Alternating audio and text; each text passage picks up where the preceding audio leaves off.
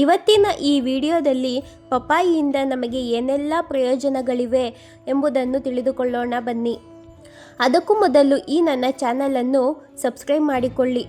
ಪಪ್ಪಾಯಿಯಿಂದ ನಮ್ಮ ಮುಖಕ್ಕೆ 3 ರೀತಿಯ ಫೇಸ್ ಪ್ಯಾಕ್ಗಳನ್ನು ನಾವು ಮಾಡಿಕೊಳ್ಳಬಹುದು.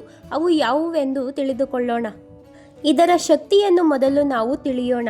ಪಪ್ಪಾಯಿಯಲ್ಲಿರುವ ಪಪ್ಪಾಯಿ ಕಿಣ್ವವು ನೈಸರ್ಗಿಕ ಎಕ್ಸ್ಫೋಲಿಯೇಟರ್ ಆಗಿ ಕೆಲಸ ನಿರ್ವಹಿಸುತ್ತದೆ. ಇದು ಸತ್ತ ಜೀವಕೋಶಗಳನ್ನು ತೆಗೆದುಹಾಕಿ ಚರ್ಮವನ್ನು ನಯವಾಗಿಸುತ್ತದೆ ಮತ್ತು ಹೊಸ ಜೀವಕೋಶಗಳ ಬೆಳವಣಿಗೆಗೆ ಇದು ಸಹಾಯ ಮಾಡುತ್ತದೆ. ನಮ್ಮ ಮುಖದ ತಕ್ಷಣ ಹೊಳಪಿಗಾಗಿ ನಾವು 2 ಚಮಚ ಪಪ್ಪಾಯಿ ತಿರುಳನ್ನು ತೆಗೆದುಕೊಂಡು ಅದಕ್ಕೆ 1 ಚಮಚ ಜೇನುತುಪ್ಪವನ್ನು ಬೆರೆಸಿಕೊಳ್ಳಬೇಕು. ಹಾಗೆಯೇ ಟ್ಯಾನ್ ನಿವಾರಣೆ ಮತ್ತು ಬ್ಲೀಚಿಂಗ್ಗಾಗಿ ನಾವು 2 ಚಮಚ ಪಪ್ಪಾಯಿಯ ತಿರುಳನ್ನು ತೆಗೆದುಕೊಂಡು ಅರ್ಧ ಚಮಚ ನಿಂಬೆ ರಸ, 1 ಚಿಟಿಕೆ ಅರಿಶಿಣವನ್ನು ಹಾಕಿಕೊಳ್ಳಬೇಕು. ಮೊಡವೆ ಮತ್ತು ಎಣ್ಣೆಯುಕ್ತ ತ್ವಚೆಗೆ 2 ಚಮಚ ಪಪ್ಪಾಯಿಯ ತಿರುಳನ್ನು ತೆಗೆದುಕೊಂಡು 1 ಚಮಚ ಮುಲ್ತಾನಿ ಮಿಟ್ಟಿಯನ್ನು ಬೆರೆಸಿಕೊಂಡು ಹಚ್ಚಿಕೊಳ್ಳಬೇಕು. ಈ ರೀತಿ ನಾವು ಎಷ್ಟು ಬಾರಿ ಬಳಸಬೇಕೆಂದರೆ ಉತ್ತಮ ಫಲಿತಾಂಶಕ್ಕಾಗಿ ಈ ಪೇಸ್ಟನ್ನು ನಾವು ವಾರಕ್ಕೆ 2 ರಿಂದ 3 ಬಾರಿ ಬಳಸಿದರೆ ಸೂಕ್ಷ್ಮ ತ್ವಚೆ ಇರುವವರು ಮೊದಲು ಕಿವಿಯ ಹಿಂದೆ ಸ್ವಲ್ಪ ಹಚ್ಚಿ ಪರೀಕ್ಷೆ ಮಾಡಿಕೊಳ್ಳಬೇಕು.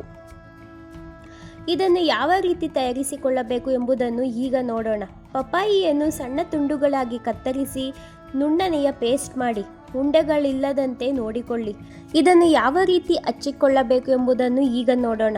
ಫೇಸ್ ಪ್ಯಾಕ್ ಹಚ್ಚುವ ಮೊದಲು ನಿಮ್ಮ ಮುಖವನ್ನು ತಣ್ಣೀರಿನಿಂದ ತೊಳೆದು ಕಣ್ಣಿನ ಪ್ರದೇಶವನ್ನು ಹೊರತುಪಡಿಸಿ ಕುತ್ತಿಗೆ ಸೇರಿದಂತೆ ಮುಖದ ಮೇಲೆ ಸಮನಾದ ದಪ್ಪ ಪದರವಾಗಿ ಹಚ್ಚಿಕೊಳ್ಳಬೇಕು.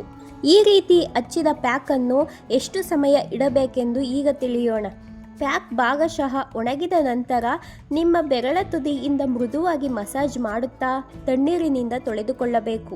ಈ ರೀತಿ ಈ ನೈಸರ್ಗಿಕ ಪ್ಯಾಕ್ಗಳನ್ನು ಬಳಸುವುದರಿಂದ ನಿಮ್ಮ ತ್ವಚೆಯು ಆರೋಗ್ಯಕರವಾಗಿಯೂ ಕಾಂತಿಯುತಕರವಾಗಿಯೂ ಮತ್ತು ಟ್ಯಾನ್ ಮುಕ್ತವಾಗಿಯೂ ಹೊಳೆಯುತ್ತದೆ.